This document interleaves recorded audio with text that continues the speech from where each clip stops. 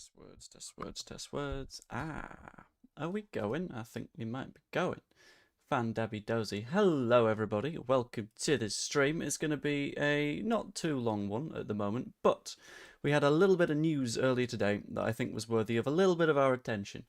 And we'll also talk a little bit about the match from yesterday, but we'll just generally discuss all sorts of bits. So, the bit of news that was around a prospective Leeds United signing for some point in the future was maybe not one that everyone is going to be too excited about. What we found out earlier today was that apparently Fulham are still now looking at offloading Harry Wilson. Now, this is going to lead to a hell of a lot of questions from a hell of a lot of people, including why, because you decided to keep him at the end of the transfer window, but for some reason he's now not someone that you are keeping around. He's someone that you're just sort of throwing out.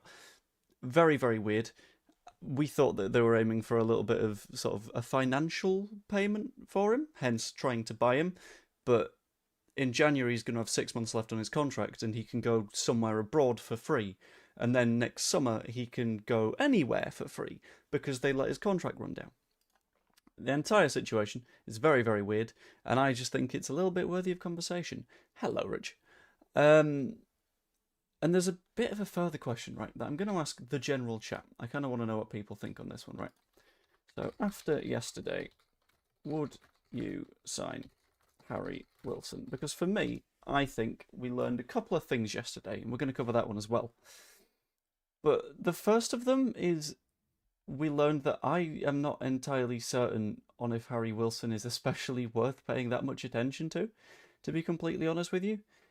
Looking at that match yesterday, Gudmundsson, when it came to the defensive side of his game, wasn't particularly threatened. There were a few times where you would see maybe Harry Wilson would try and cut inside and he would just get shut down. Maybe try and go around the outside to whip a ball in and he would just get shut down.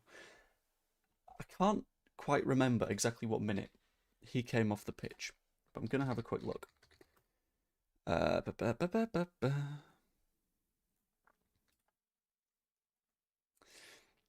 So Harry Wilson comes off the pitch on the 60th minute. He's taken off for Adama Traore. And at that point, I thought, that's maybe not great. Adama Traore is the kind of player that causes you a few problems as the game goes, and that's going to lead to issues. In the end, Adama Traore didn't really cause any problems to us. But up until the point that Harry Wilson came off the pitch, Fulham had taken one shot. And it was from Harry Wilson. It was that very, very nice save from Carl Darlow that happened around the 58th minute. It's the free kick that deflected off Strauch. Darlow had to reach backwards against his own momentum, flick it over the bar. Really, really, really nice save. But I would argue it's not a save that's been caused by Harry Wilson to begin with. So, a little bit of a weird one.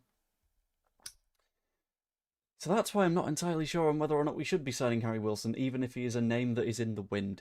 I know that a lot of people will look at it and go, well, we just want anyone in. And I'll be honest, I was kind of in the same position when it came to deadline day itself. I was thinking, we are linked with one person. We could definitely do with the one person because we kind of need a winger in. Or potentially a striker. I don't think a striker is particularly the problem. But it's kind of hard to say. But now I think we're probably looking in the direction of a winger in the coming months. Assuming that things don't kick in a little bit. I think they will. I think things are going to click a little bit more as time goes on. Yes, he does play on the same side as Dan James, which is the side that Aronson was playing on yesterday. And by the way, there was a lot of Aronson slander, and I'm not having it. I don't know whether I do a specific video on it for tomorrow, but the amount of sort of stuff that Aronson caught in the aftermath of that one, it feels hilariously unfair. Because when he was on the pitch, right, we conceded 2 shots. And whilst you normally look at a winger and you say that your job is to do just the attacking stuff and you leave it to the fullback behind you, we know that a lot of the time Bogle can be exposed. So I feel like Aronson was played in more of a defensive capacity to shut them down on that left-hand side. And that was something that Aronson did really, really, really well, to be completely honest with you. And I think keeping Fulham completely out of that match was what we needed to do. And yeah, we could have had a little bit more of an attacking game to us. And maybe at points we need to consider going at it a little bit more. But I was completely fine with Aronson playing, and I think we looked significantly worse when Aronson came off the pitch, but it's hard to say. Aronson played well yesterday, but he'll always have his haters. He will, and that's for a few reasons, and I think not many of those reasons are his fault. Like, I know he's kind of a smaller player, and he's someone that is going to lose those physical battles from time to time, which is a problem. Like, we got to admit to that bit. But whilst that is an issue, what doesn't typically seem to be a problem is the way that his work rate means that he presses opponents into making a lot of mistakes. And if he can continue to do that, fantastic. In terms of the James injury, Sly, I'm not 100% sure. I'm going to keep an eye on as many sort of sources as I can.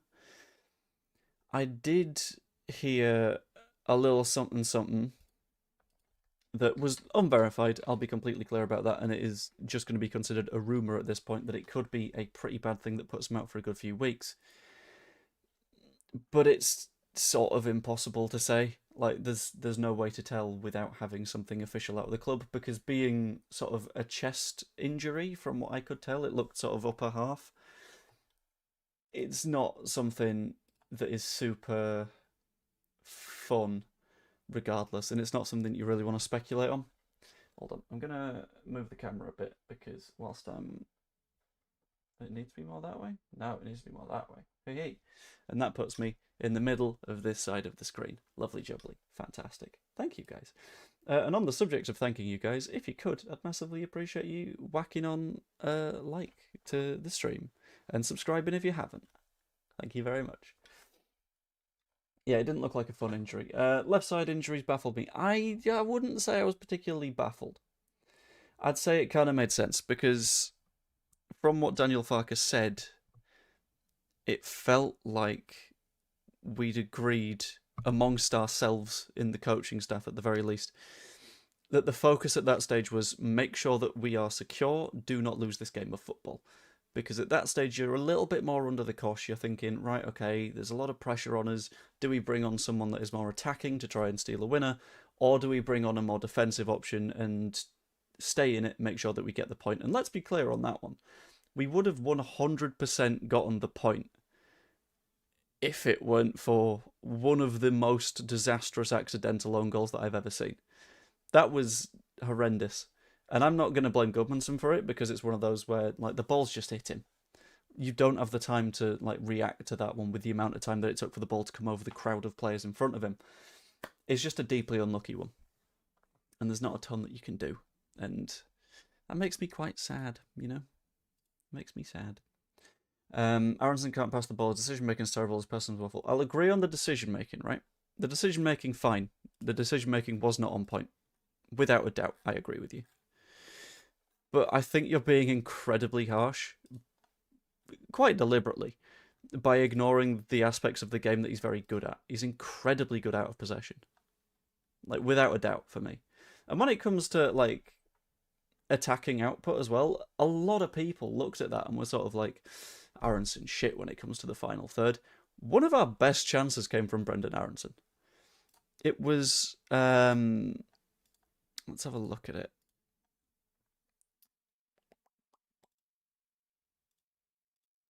Is it that one? Or is it that one? It's that one.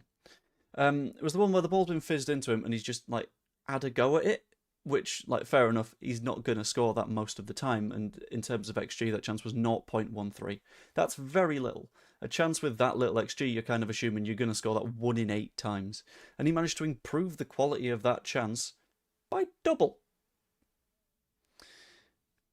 Which, I'll be honest, that's not particularly a bad attacking player to me. And in terms of the passing, let's have a look and see if I can find the info from his passing. So you're saying that, like, he can't pass the ball. 14 out of his 17 attempted passes went to the right player. And in terms of key passes, he had one of them. He created a big chance. So I think to respond to that and kind of go, yeah, but he's shit though, isn't he? Like, no, he visibly isn't. And sure, he lost the ball more times than you'd want to. I'd put that on his decision-making more than I would his passing. But the number of times that possession was won because of Brendan Aronson was also absolutely ridiculous. He won 8 of his 13 duels, and everyone looks at Brendan Aronson and goes, "Well, you keep losing your ground duels, don't you? So it's completely useless. Like you're not strong enough. You keep getting muscled off the ball. What's the point of you?" I mean, he wasn't. In this specific example, he did really well at dealing with that. And in addition to that, won a couple of free kicks in fairly dangerous areas as well. I've not got an issue with Aronson, to be completely honest with you. And I know a lot of people do, but if you're looking at that performance yesterday and you're thinking, yeah, the big problem there, that's Brendan Aronson, then I don't know what to tell you. Because in terms of the players that didn't start that match on the wings, we're talking Harrison didn't start, Nonto didn't start. Between the two of those, on the right-hand side, I'm probably going to be taking Aronson for the job that we had him do, which was not just the pure attacking stuff. It was the making sure that we were pretty secure. And we were very fucking secure in the time that Brendan Aronson was on the pitch. Let's have a look at XG when he played, right? 0.11, 0.25. So it adds up to 0.36 XG was generated on their side when Brendan Aronson was on the pitch. On the other hand, when Brendan Aronson was on the pitch, we got 0.3 plus 0.03, so that's 0.33. 0.35, 0.39. Then Aronson's, which was 0.52, 0.61, 0.7, 0.73, 0.75. Yeah. And that one, maybe. Depending on when he came off. Yeah. We outperformed them significantly when Brendan Aronson was on the pitch. So the people looking at that and saying that Aronson was the issue is a bit like, well, we're unlucky to not get a point away at Fulham, and Fulham are not a bad side. I know a lot of people like to sort of look at a side that is near the bottom of the pitch early on and go, yeah, we're shit, we couldn't beat them. I mean, we're currently above City in the league, and you're not going to be complaining if we can't beat City. I don't know. That's the way I'm looking at that at the moment, I guess. Anyway. It doesn't matter, we still lost with any of on the pitch we didn't score. Yeah, I'm aware of that. I'm fully aware of that. But it's a case of when you're dissecting the match, you need to look at where the actual problems were rather than, as is the case with a lot of people, when it comes to pre-established opinions on some players, you gotta look at the general picture rather than just the player that you already don't like. Is, I think, my thing. Like, in advance of this match, I'll be completely honest with you, 100% clear. You all know I am not the biggest fan of Karl Darlow, but I'm going to willingly admit that in that match, Darlow absolutely saved us several times. They had a ridiculous game in terms of attempted chances, which, for me, Darlow being able to deal with almost all of is ridiculous. And it's not particularly his fault that he had an issue. But, yeah, there's nothing he could have done about the goal, for me. Scoring goals and creating chances is the problem. It is, I think. And it's a question of how do we go about resolving that. And I think there's maybe an argument for going to the 4-2-3-1, which might lose that little bit of control in the middle of the park. And it might lead to an outcome that a lot of people don't necessarily like. So the way that you go to that 4-2-3-1 is you keep the same back four, because I think the back four was absolutely spectacular. We conceded so few actual opportunities that it was just excellent. And then you look at the midfield. And I think to go 4-2-3-1, you want to keep Ampadu in there to do the more defensive work. You probably want to keep Stack, because even though he had an off game yesterday, he still looked pretty reasonable. I think the reason that Stack didn't look great yesterday, to be completely clear, by the way, was the fact that he got a yellow card that, I will be honest, was not a fucking yellow card. The amount of stuff that they did that was equally just the same thing and didn't get booked for was like, well, why have you given that, but you've not given that? Sure, whatever. I think you keep Stack, I think you keep Ampadu, and maybe you pop an Aronson in the 10? So he can still do that destructive stuff against their back line, which he excels at doing, which, admittedly, a lot of people are not going to like the sound of that. But you don't know. And then the front line, maybe do Nonto out on the right, Maybe James, depending on the opponent. I think James is the player that you play if you need to be a little bit more defensive in the match that you're playing. If you need to be more aggressive, sure, use Nonto, but a lot of this season we're going to need to play that defensive game. Okafor on the other flank, because I think he did pretty well. He's someone that's got to play his way into form, I think. Hold on. And then in the 9, you stick with Calvert-Lewin, because I think Calvert-Lewin did okay. For me, at this point in the season from Calvert-Lewin, you're looking for positioning as much as anything else. And whilst he had a decent chance that didn't go in, like it wasn't like a gilt-edged one, you're not going to get that much oomph behind it. But he was making the runs to get into those dangerous positions, and he got there quite a lot, but you'd have a double pivot in midfield, so basically the same players in a different order.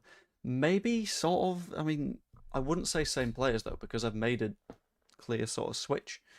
It's not having those 3 midfielders that all have the responsibility for holding. Like, to be clear, I don't think we'd play really a 4-3-3. I feel it's more a 4-1-4-1. Because those 2 outer midfielders are agreed to go more aggressive. Agreed? Allowed. That's the word I was going for. But I'd maybe say you have someone that is part of that dedicated line behind the striker, and maybe that makes a little bit of a difference. But then again, I'm not saying what I would necessarily have. More of a, that could work. Because I'll be honest, I'm not qualified to say what I would have, because by comparison, I don't know shit about football. In my opinion, not refreshing the midfield near the end may have cost us. I would have brought Grove on. Maybe. Then again, I think it's sort of hard to say that anything in terms of a choice cost us. Because I wouldn't really say that there was a choice hugely made that cost us. I think it was a case of Gudmundsson stepped in the wrong place at a set piece and then we conceded a goal, is the issue. However, I'm going to have to end a lot sooner than I expected because I'm getting a call from my pregnant wife right now, and if I don't pick that up, that could be a problem because she's just finished work, not at the time I expected. That's on me. Anyway, I'm going to leave that there. I might do something a little bit longer later. I'll find out when work ends. Hope you all enjoyed, and if you haven't, subscribe, like, become a channel member, all that fun stuff. Sorry I'm in a little bit of a rush. I'm trying to squeeze in a stream between 2 work shifts, but we'll see. Hope you all enjoyed, and I will see all of you guys later. Toodaloo. And sorry for the faff and the very, very sudden end to the stream. And I hope we sign a winger, but let's see if we do. Toodaloo.